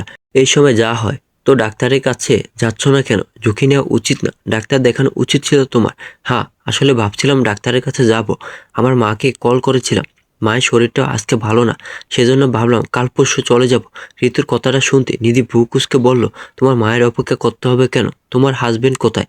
ওনাকে তো আমি সারাদিন কোনো কাজ বাজ কিচ্ছু করতে দেখি না, ঘরেই তো বসে থাকে। তাহলে তোমাকে ডাক্তারের কাছে নিয়ে গেলে অসুবিধা কি? আসলে ডাক্তারের কাছে গিয়ে অনেকক্ষণ অপেক্ষা করতে হয়। ও অতক্ষণ বসে থাকতে পারে না, বিরক্ত হয়ে যায়। আবার আমি একা একা চলাফেরা করতে পারি না, আমাকে ধরে ধরে হাঁটাতে হয়। ও আসলে এসব পারে না। নিধির কপালে তৈরি হওয়া বাসটা আরো গাঢ় হলো। অসন্তুষ্ট গলায় বলল, ও আবার কেমন কথা? পারে না বললে তো হবে না, পারতে হবে ওনাকে। তুমি ওনার স্ত্রী, ওনার প্রতিবেশী না যে দায়িত্ব পালন করলেও চলবে, না করলেও চলবে। কোথায় তোমার স্বামী? নিধি কথাটা বলতেই বারান্দা থেকে সাবিত বেরিয়ে এলো। এতক্ষণ ঘরেই ছিল, ফোনে কারোর সাথে কথা বলছিল। নিধির কণ্ঠ শুনে মূলত ঘরে এলো। নিধিকে দেখার সঙ্গে সঙ্গে সাবিতের ঠোঁটে হাসি ফুটে উঠল। নিধির দিকে এগিয়ে এসে বিছানায় একেবারে ওর পাশেই বসে হাস্যোজ্জ্বল গলায় বলল, আরে ভাবি, তুমি এসেছো? কি সৌভাগ্য আমার যে আমার ঘরে তোমার পা পড়েছে। সাবিতকে নিজের এতটা কাছাকাছি বসতে দেখে নিধির একটু অস্বস্তি হলো। বসা অবস্থাতেই ঋতুর দিকে এগিয়ে গিয়ে জোরপূর্বক হাসি ফুটিয়ে তোলার চেষ্টা করে বলল, ওমা তাই নাকি? আমি আসলে বুঝতে পারিনি যে আমি এত মূল্যবান কোনো মানুষ যার পা আপনার ঘরে পড়ায় আপনি নিজেকে সৌভাগ্যবান মনে করবেন। যদি আগে জানতাম তাহলে আরো আগেই চলে আসতাম ভাইয়া। তাহলে তো বলতে হচ্ছে আমারই ভুল হয়েছে, আগেভাগে তোমাকে কথাটা বলে দেওয়া উচিত ছিল। সে যাই হোক, এখন বলো কেমন আছো, দিনকাল ভালো কাটছে তো? আমার কথাটা না হয় এখন থাক ভাইয়া, আগে আপনার স্ত্রীর দিকে তাকান। ওনার দিনকাল মোটেও ভালো কাটছে না, উনি ভীষণ অসুস্থ, ওনাকে ডাক্তারের কাছে নিয়ে যাওয়া ভীষণ প্রয়োজন। সাবিত বেশ স্বাভাবিক ভঙ্গিতে বলল, তো যাক না, আমি তো নিষেধ করিনি ওকে। ঋতু, প্রয়োজন হলে ডাক্তারের কাছে যাও। তুমি কি ভাবিকে বলেছ নাকি আবার যে আমি তোমাকে যেতে নিষেধ করেছি? কেন আমাকে ভাবির কাছে খারাপ বানাচ্ছ বলো তো? সাবিতের কথাটা শুনে ঋতু তাড়াহুড়ো কণ্ঠে বলে উঠল, না, আমি এমন কিছু বলিনি নিধিকে। বিশ্বাস করো, আমি তোমার সম্বন্ধে খারাপ কিছু বলিনি নিধিকে। সাবিত হাসি হাসি মুখ নিয়ে বলল, তাই? তাহলে ভাবি এভাবে বলছে কেন আমাকে? নিধির কেন যেন ব্যাপারটা বেশ অদ্ভুত লাগলো। নিধি তো একটা সাধারণ কথা বলেছে, আর হঠাৎ করে বললেই বা কেন যে নিধির কাছে ঋতু ওকে খারাপ বানাচ্ছে? আবার ঋতুই বা একটা সাধারণ প্রশ্নে এমন উৎকণ্ঠিত হয়ে উঠল কেন? মুখ দেখেই মনে হচ্ছে ভয় পেয়ে গেছে, আমতা আমতা করছে, উত্তর দিতে পারছে না। ঋতুকে এভাবে ভয় জোরসোরে হয়ে যেতে দেখে নিধি নিজেই বলে উঠল, ভয় পাচ্ছ কেন ভাবি? আর ভাইয়া, সত্যি ভাবি আমার কাছে আপনার নামে কোনো নিন্দা করেনি। আমি তো একটা সাধারণ কথা বলেছি যে ভাবিকে ডাক্তারের কাছে নিয়ে যাওয়া দরকার, আর সেই দায়িত্ব নিচ্ছে আপনার, যেহেতু উনি আপনার স্ত্রী, ওনার গর্ভে আপনার সন্তান আছে, তাই না? এবারে সাবিতকে কোনো উত্তর দিতে হলো না। সাবিত কিছু বলে ওঠার আগে ঋতু বলে উঠল, তোমাকে এত কিছু ভাবতে হবে না নিধি, আমি বুঝে নেব। যখন আমার ডাক্তারের কাছে যাওয়ার প্রয়োজন হবে আমি চলে যাব। কার সাথে যাব, কার সাথে যাব না, আমায় নিয়ে যাওয়া কার দায়িত্ব সেই নিয়ে তোমায় এত কথা বলতে হবে না। ব্যাপাচাকা খেলো নিধি।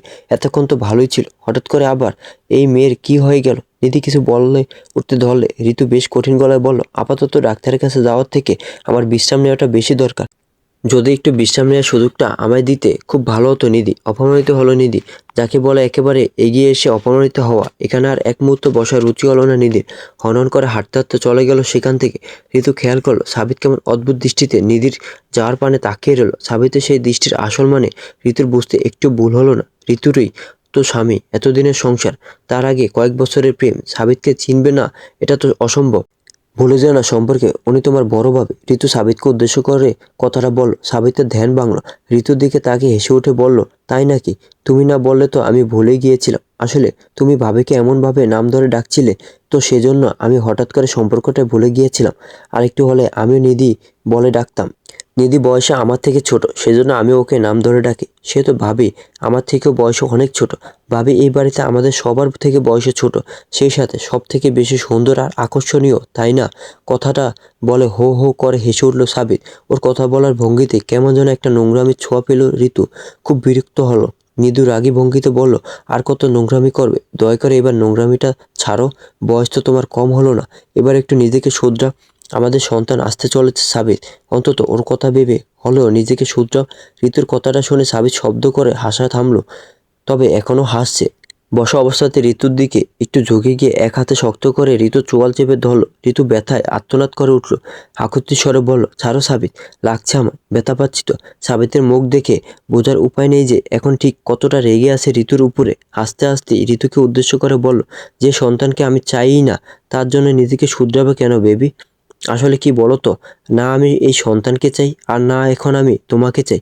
বিয়ে তো তোমাকে আমি করতে চাইনি, তারপরে তুমি জোর করলে, তখন সুন্দর ছিলে দেখতে, সেজন্য ভাবলাম যে লস তো হবে না, অন্তত বাড়িতে পার্মানেন্ট কেউ থাকবে। কিন্তু এখন না, তোমার মাঝে সেই সৌন্দর্যটা নেই যেটা আমায় আকৃষ্ট করতো তোমার প্রতি। তুমি একবার নিজেকে আয়নার সামনে দাঁড়িয়ে দেখেছো? কেমন যেন হয়ে গেছো তুমি দেখতে। ওজন বেড়ে গেছে, গায়ের রংটা কালো হয়ে গেছে, সারাদিন অসুখ বিসুখ লেগেই থাকে। তোমায় দেখলে এখন আর সেই ফিলটা আসে না। এখনো সাবিত ঋতুর চোয়াল শক্ত করে চেপে ধরে আছে।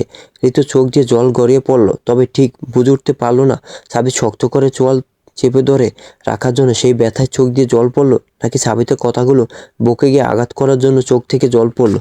একটু পর সাবিত ছেড়ে দিল ঋতুকে, উঠে চলে গেল আবারও বারান্দায়। আর ঋতু বরাবর যা করে আসছে তাই করল, নিঃশব্দে শুধু কাঁদল। দুপুরের দিকে ঋতুর অসুস্থতা বাড়ল। এক পর্যায়ে গিয়ে সালমা বেগমের কথায় বাধ্য হয়ে সাবিত ওকে নিয়ে ডাক্তারের কাছে গেল। বরাবরের মতনই নিধি তখন বাড়ির কাজ করছে। কলিং বেলের আওয়াজ পেতে হাতের কাজ ফেলে রেখে গেল দরজা খুলতে, কেননা নিধি খুব ভালো করেই জানে ও না গেলে কেউ দরজা খুলবে না। এটা তো শুধুমাত্র নিধির শ্বশুরবাড়ি, আর তো কারো শ্বশুরবাড়ি না, তাই সব কাজ নিধিকেই করতে হবে। তবে অবাক করার বিষয় হলো, আজ নিধি গিয়ে দরজা খোলার আগেই দেখলো অন্য কেউ দরজা খুলে ফেলেছে। পাশে তাকাতেই দেখলো সিনথিয়া। বাপরে বাপ, ভাবা যায় যে মেয়েটাকে বিছানা থেকে তোলা যায় না, সে কিনা এত তাড়াতাড়ি গিয়ে দরজা খুলে দিয়েছে। আরও কি যে নিধিকে দেখতে হবে কে জানে। আবিদ এসেছে বসার ঘরে, তখন বাকি সবাই বসে গল্পগুজব করছে। এত মানুষের মাঝে আবিদের চোখ দুটো খুঁজলো শুধুমাত্র নিধিকে। সামনে যে সিনথিয়া দাঁড়িয়ে আছে সেদিকে কোনো খেয়াল নেই, ওর সাথে কথা বলার কোনো ইচ্ছেও নেই। তবে সিনথিয়ার মাঝে একটু ইচ্ছে দেখা গেল, আবিদের সাথে কথা বলার চেষ্টাও করলো, তবে আবিদ ওকে পাত্তা দিল না। কেননা তার আগেই আবিদের চোখ নিধিকে খুঁজে পেয়েছে। আশেপাশে কারো সাথে কোনো ধরনের কোনো কথা না বলে সরাসরি নিধির দিকে এগিয়ে এসে বলল, ভাবি আপনি কি বলুন তো, আমি আপনাকে হানিমুন প্যাকেজের কথা বললাম গহনকে না বলে, তার কারণ গহনের হয়তো মনে থাকবে না, এত ব্যস্ততার মাঝে হয়তো ভুলে যাবে। সেই তো দেখছি আপনিও ভুলে গেছেন। আপনার মনে আছে আজ রাতেই রওনা দিতে হবে আপনাদের? আবিদের কথাটা শুনতে নিধি জিভে কামড় বসালো। সত্যিই তো ভুলে গিয়েছে, এমনকি এই নিয়ে গহনের সাথে কোনো আলোচনাই করা হয়নি। অপরাধী ভঙ্গিতে বলল, আই এম রিয়েলি সরি ভাইয়া, সত্যি আমার একটু মনে ছিল না। আসলে আপনি তো জানেনই ভাইয়া আমি কতটা চাপের মাঝে থাকি সারাদিন, একটু মনে ছিল না। আমি গহনকে শুধু জানিয়েছিলাম ব্যাপারটা, কিন্তু এই নিয়ে ওর সাথে কিছুই আলোচনা করা হয়নি। আবিদ কপাল চাপড়ে বলল, আসলে ভুলটা আমারই হয়েছে। আপনাদের দুজনকে পাশাপাশি বসিয়ে আমার এই কথাটা বলা উচিত ছিল, তাহলে কারো না কারো ঠিক মনে থাকতো। যাই হোক, তাড়াতাড়ি গোছগাছ করে রাখবেন, আজ রাতে কিন্তু আপনাদের বাস। আমি পৌঁছে দিয়ে আসবো বাস স্ট্যান্ড অবধি, সময় কিন্তু বেশি নেই হাতে। নিধি চুপচাপ আবিদের কথায় মাথা নাড়িয়ে সায় জানালো। আর অমনি দেখলো আবিদের পাশে দাঁড়িয়ে আছে ওর শাশুড়ি। চোখ দুটো জ্বলজ্বল করছে, যেন তীব্র রাগ আর ক্ষোভ জমা হয়ে আছে এই চোখ দুটোতে নিধির জন্য। নিধি কিছু বলে ওঠার আগে ওর কানে ভেসে এলো সালমা বেগমের গম্ভীর কণ্ঠস্বর, কোথায় যাচ্ছ তোমরা? সালমা বেগমের কণ্ঠটা পেতে আবিদ ওনার দিকে তাকালো। নিধি কিছু বলে ওঠার আগে আবিদ বলে উঠলো, হানিমুনে যাচ্ছে আন্টি। আসলে ওদের বিয়ের পর থেকে যে অবস্থা দেখছি, বেচারারা কোনো আনন্দই তো করতে পারে না, তাই আমি বিয়েতে এই উপহারটা ওদেরকে দিয়েছি। আজ রাতে ওরা রওনা হবে। সালমা বেগম শুধু শুনলেন আবিদের বলা কথাগুলো, তবে ওকে কিছু বলার প্রয়োজন মনে করলেন না। আবারও নিধির উপরে দৃষ্টিপাত করে গম্ভীর গলায় বললেন, কার থেকে অনুমতি নিয়ে তুমি যাওয়ার জন্য রাজি হয়েছ? আমাকে জানিয়েছিলে এই ব্যাপারে একবারও? বাড়ির এই অবস্থা, শম্পা অসুস্থ, সাফি অসুস্থ, ঋতু অসুস্থ, এতগুলো মেহমান এসেছে, আর তুমি বাড়ির বউ হয়ে কোন আক্কেলে এই মুহূর্তে ঘুরতে যেতে চাও? জ্ঞান বুদ্ধি শিক্ষা কোনো কিছুই কি নেই তোমার? নিজে তো চূড়ান্ত রকমের বেয়াদব, আমার ছেলেটাকে বেয়াদবি শেখাচ্ছ। দুদিনও হয়নি তুমি এসেছো, আর এর মাঝে এমন কুবুদ্ধি দিয়েছ আমার ছেলেকে যে ও একবারও এই ব্যাপারে আমার থেকে অনুমতি নেওয়ার প্রয়োজন মনে করলো না। নিধি বেবাচেকা খেয়ে গেল সালমা বেগমের এমন রাগারাগি দেখে। তবে ঘাবড়ালো তো চলবে না। যদি এখন নিধি ভয় পেয়ে চুপসে যায়, তাহলে উনি আরও চেপে ধরবে। সুতরাং ওনার সামনে যথাসম্ভব স্বাভাবিক থাকতে হবে, এমনভাবে কথা বলতে হবে যেন উনি অপমানিত না হন, আবার উপযুক্ত জবাবও পেয়ে যায়। ঠোঁটে মৃদু হাসি ফুটিয়ে তুলে বলল, আমাকে দোষ দিচ্ছেন কেন মা? আপনার ছেলে তো আমার থেকে বেশি আপনার কথা শুনে। উনি আমার আগে আপনাকে প্রাধান্য দেয়। উনি কেন এই বিষয়টা আপনাকে জানালেন না সেটা তো আমি বলতে পারবো না। আপনি বরং ওনাকে জিজ্ঞেস করে নেবেন। নিধি কথাটা বলার সাথে সাথে সালমা বেগম গর্জে উঠে বললেন, চুপ করো, মুখে মুখে তর্ক করলে একটা চর মেরে তোমার সব বেয়াদবি বের করে দেব। ওনার এবারের কথাটা নিধির একদমই পছন্দ হলো না। নিধি তো ভদ্রভাবে কথা বলতে চাইছিল, কিন্তু এসব কোন ধরনের অভদ্রতা? ওনার সাহসী বা হয় কি করে নিধির গায়ে হাত তোলার কথা বলার? এবারে নিধি পাল্টা গম্ভীর গলায় বলল, ভদ্রভাবে কথা বলুন মা, আমি হেসে হেসে কথা বলছি বলে এটা আমার দুর্বলতা ভাববেন না। তার থেকে বড় কথা, কনের কান অবধি এই কথাগুলো পৌঁছে দিতে আমার বাধ্য করবেন না। সালমা বেগম তাচ্ছিল্যে এসে বললেন, আমাকে আমার ছেলের ভয় দেখাচ্ছ? কি করবে করে নাও, আমার ছেলে তোমার একটা কথা বিশ্বাস করবে না। যদি তোমার সত্যি সাহস থেকে থাকে, তবে আমার ছেলেকে গিয়ে আমার নামে কিছু বলে দেখো, তুমি তোমার উপযুক্ত জবাব পেয়ে যাবে। আর একটা কথা কান খুলে শুনে রাখো, কোথাও যাওয়া হবে না তোমাদের। এজন্য না যে বাড়ি খারাপ পরিস্থিতি, বরং এই জন্য যেতে পারবে না কারণ আমার অনুমতি না নিয়ে তুমি একা একাই সিদ্ধান্ত নিয়েছো। মনে রেখো, তোমার জীবন চলবে আমার কথায়। অনেকক্ষণ যাবৎ আবিদ চুপচাপ দাঁড়িয়ে শুনছিল সালমা বেগমের কথা। ভেবেছিল যেহেতু উনি নিধির সাথে কথা বলছেন, তাই ওর হয়তো এর মাঝে ঢোকা উচিত হবে না। এমনিতেই তো বাইরের মানুষ, আর সালমা বেগম খুব একটা পছন্দও করে না ওকে। তবে এবার আবিদের কাছে বাড়াবাড়ি মনে হলো ব্যাপারটা, সেজন্য আর নিজের মুখটা বন্ধ রাখতে পারলো না। আন্টি, ব্যাপারটা একটু অদ্ভুত হয়ে গেল না? একই তো অযৌক্তিক দাবি করছেন, তার উপরে আবার এত মানুষের সামনে ভাবিকে এভাবে অপমান করছেন। ভাবি গহনকে বিয়ে করেছে আপনাকে না, যে আপনার কথাই চলবে। আর ভাবির গায়ে যে হাত তুলতে চাইলেন, জানেন এর জন্য নারী নির্যাতনের মামলা হয়ে যেতে পারে। বুঝতে পারছেন তো শাস্তি কি হবে? বুঝে শুনে কথা বলতে হয়। এই জন্য সালমা বেগম এবার আবিদের দিকে অগ্নিদৃষ্টি নিক্ষেপ করে বলেন, বাইরের মানুষ আমাদের পারিবারিক বিষয়ে কথা বলুক, সেটা আমি পছন্দ করি না। আমার সংসারে অশান্তি তৈরি করে দিয়ে এখন আবার আমাকে ভয় দেখাচ্ছ? এতদিন হলো তো আমার ছেলের পেছনে পড়ে থেকে ওকে আমার বিরুদ্ধে অনেক উস্কানোর চেষ্টা করেছো। যখন পারোনি তখন এবার আবার লেগেছো ছেলে বউয়ের সাথে। আর গহন যখন বাড়িতে নেই, তোমার নিধির সাথে এত কিসের কথা? কেন এসেছো গহনের অনুপস্থিতিতে? সালমা বেগমের ইঙ্গিত আবিদার নিধির দুজনের কাছে ভীষণ নোংরা মনে হলো। নিধি খুব কষ্টে নিজেকে সংযত করে রেখেছে, কেননা এখন ওকে একটু হলেও নিজেকে সংযত করতেই হবে। যেন এরা হাজার চেষ্টা করেও গহনের কানে ওর নামে আজেবাজে কোনো কথা দিতে না পারে। বাদবাকি যা করার সেটা তো গহনকে করতে হবে। তবে আবিদের এত বাধ্যবাধকতা নেই, এত দিক বিবেচনা করার সময় নেই। সবসময় নিজের ভদ্রতা বজায় রাখার দায়বদ্ধতাও নেই। ভদ্রতার খোলস থেকে বেরিয়ে এসে সালমা বেগমকে উদ্দেশ্য করে বলল, এমনভাবে গহনের মাথাটা গিলে খেয়েছেন যে এত বছর ধরে ওকে উস্কিও কিছু করতে পারছি না। বিশ্বাস করুন আন্টি, যদি ও আমার কথা একটু শুনতো তাহলে এতদিনে অনেক শান্তি পেত, আর আপনি বুঝতেন যন্ত্রণার আসল মানে কি। যাই হোক, কাজটা আপনি একদম ঠিক করলেন না। আমাকে তো অপমান করলেনই, সেই সাথে নোংরা একটা অপবাদ দেওয়ার চেষ্টাও করলেন। ঝামেলাটা আরও বাড়ানোর জন্য এবারে শম্পা প্রস্তুতি নিল। প্রচুর রাগ জমে আছে মনের মাঝে নিধি আর গহনের প্রতি। সোফা থেকে উঠে এগিয়ে এসে ব্যঙ্গাত্মক গলায় নিধিকে উদ্দেশ্য করে বলল, দেখে তো মনে হয় ভাইয়াকে দু চোখে সহ্য করতে পারো না। আবার হানিমুনে যাওয়ার জন্য এত তাড়াহুড়ো লাগিয়েছ। বাড়িতে কি ঠিকঠাক কাজ হচ্ছে না যে এখন হানিমুনে যেতে হচ্ছে? নিধি লজ্জায় যেন মাটিতে মিশে গেল। এতগুলো মানুষের সামনে কি একটা নোংরা কথা বলে দিল এই মেয়েটা। না আছে কোনো ভদ্রতা, না আছে কোনো সভ্যতা।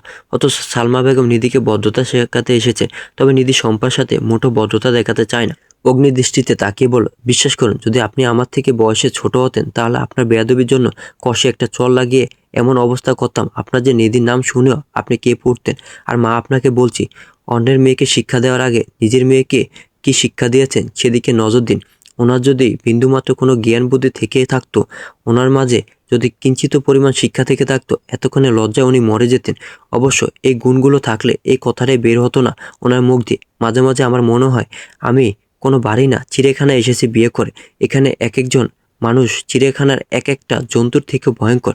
শম্পাকে কথাগুলো বলা শেষে নিধি আবিদকে উদ্দেশ্য করে বলল, ভাইয়া, আমার মনে হয় আপনার এখানে থাকাটা ঠিক হবে না। আর সত্যি আপনি গহনের অনুপস্থিতিতে এই বাড়িতে আসবেন, অপমানিত হতে হবে আপনাকে তাহলে। আবিদ একবার রাগী দৃষ্টিতে সবার দিকে তাকালো, দেখলো শম্পা তখন রাগে হিসহিস করছে। কে জানে থামলো কেন? হয়তো এর মাঝে কোনো এক সময় সবার অগোচরে সালমা বেগম ইশারা দিয়েছেন মেয়েকে থামার জন্য। নিজের দৃষ্টি দিয়েই যেন আবিদ সবাইকে একটা ঠান্ডা হুমকি দিল। তারপরে নিধির দিকে তাকিয়ে বলল, চিন্তা করবেন না ভাবি, এতদিন গহনকে উস্কানোর পর কিছু করতে পেরেছি কিনা জানি না, তবে আজ যেন এই বাড়িতে একটা ঝড় উঠে সেই ব্যবস্থা আমি করেই ছাড়বো। বরাবরের মতন আজও বাড়ির ভিতরে প্রবেশ করার জন্য গহন কলিং বেল বাজালো না। নিধির কাছে থাকা চাবি দিয়ে দরজা খুলে ভিতরে এলো। সরাসরি আগে নিজের ঘরে গেল। দেখলো নিধি বিছানার উপর চুপচাপ গালে হাত দিয়ে বসে আছে। মনমরা হয় গহনকে আসতে দেখে একটু নড়চড়ে উঠল। গহনের মুখভঙ্গি বেশ গম্ভীর, মনে হচ্ছে খুব বেশি রেগে আছে, কিন্তু রাগটা আসলে কার উপরে উঠেছে সেটা নিধি জানে না। গহন হাতে থাকা ব্যাগটা সোফার উপরে ছুঁড়ে মারল। পরনে থাকা ব্লেজারটাও খুলে বিছানার উপরে ছুঁড়ে মারল। তারপরে গলায় থাকা টাইটা খুলতে খুলতে নিধিকে উদ্দেশ্য করে বলল, 2 ঘন্টা সময় আছে তোমার হাতে, যা যা গোছানো গুছিয়ে নাও। আর যদি সময় না হয় তাহলে কিচ্ছু নিতে হবে না, ওখানে গিয়ে কিনে নেব। কোন কথাটা বলে এবারে টাইটা ছুঁড়ে মারল বিছানার উপর। তারপর বেরিয়ে যেতে ধরলে পিছন থেকে নিধি তাড়াহুড়ো করে বলে উঠল, কিন্তু কোথায় যাব? হানিমুনে যাব, তৈরি হয় না। কথাটা বলে গহন বেরিয়ে গেল ঘর থেকে। নিধি একটু দ্বিধাদ্বন্দ্বের মাঝেই পড়ল, কি করবে কি করবে না বুঝে উঠতে পারছে না। গহন কেনই বা যাবে বলল? কার উপরে বা রেগে আছে? নিধির উপর রেগে গিয়ে কি কথাটা বলল? কেননা গহন ওর মায়ের উপর রেগে যাবে এটা তো অসম্ভব।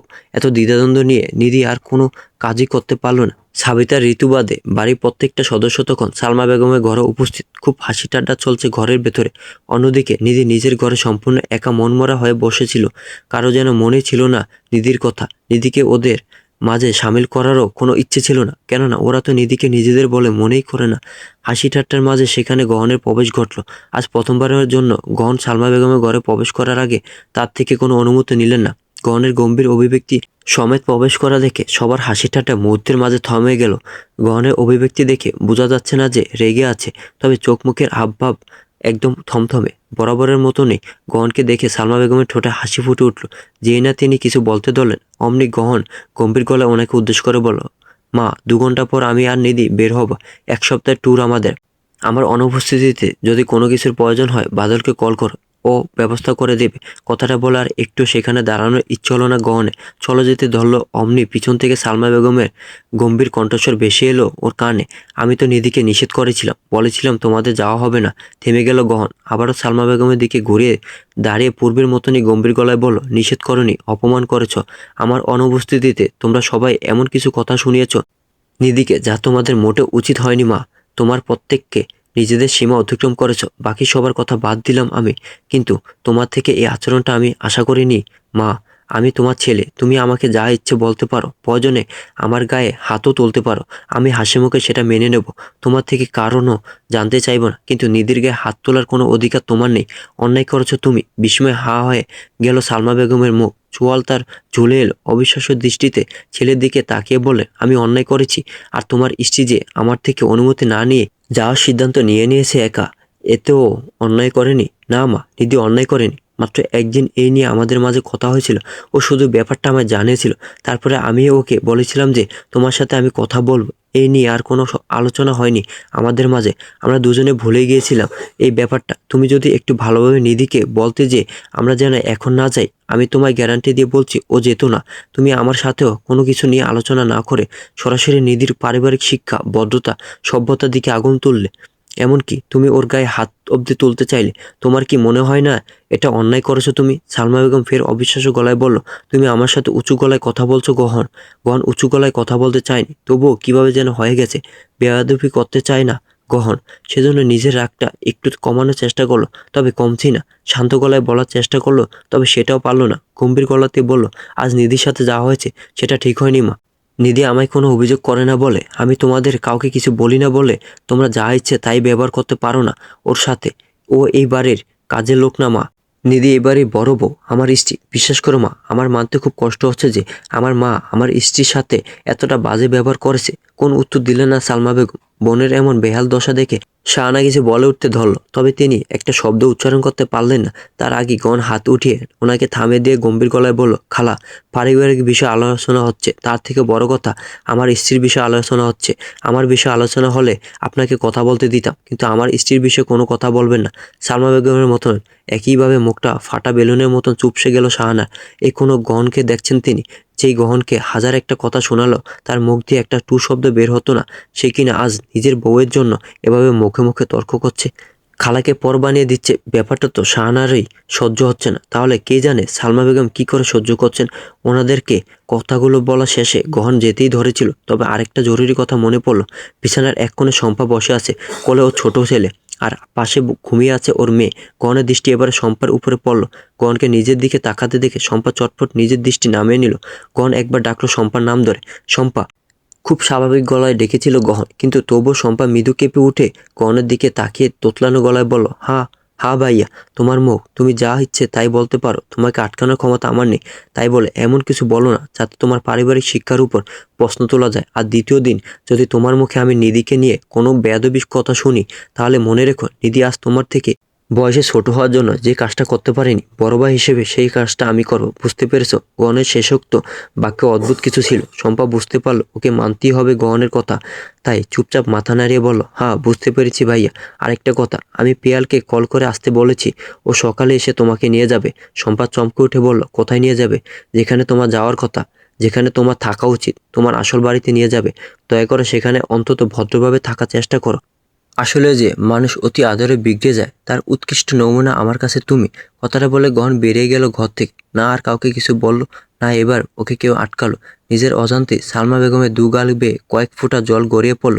মনের মাঝে থাকা রাগ আর জেদ আরো তীব্র হলো। সেই সাথে তিনি বুঝতে পারলেন নিজের ভুলগুলো।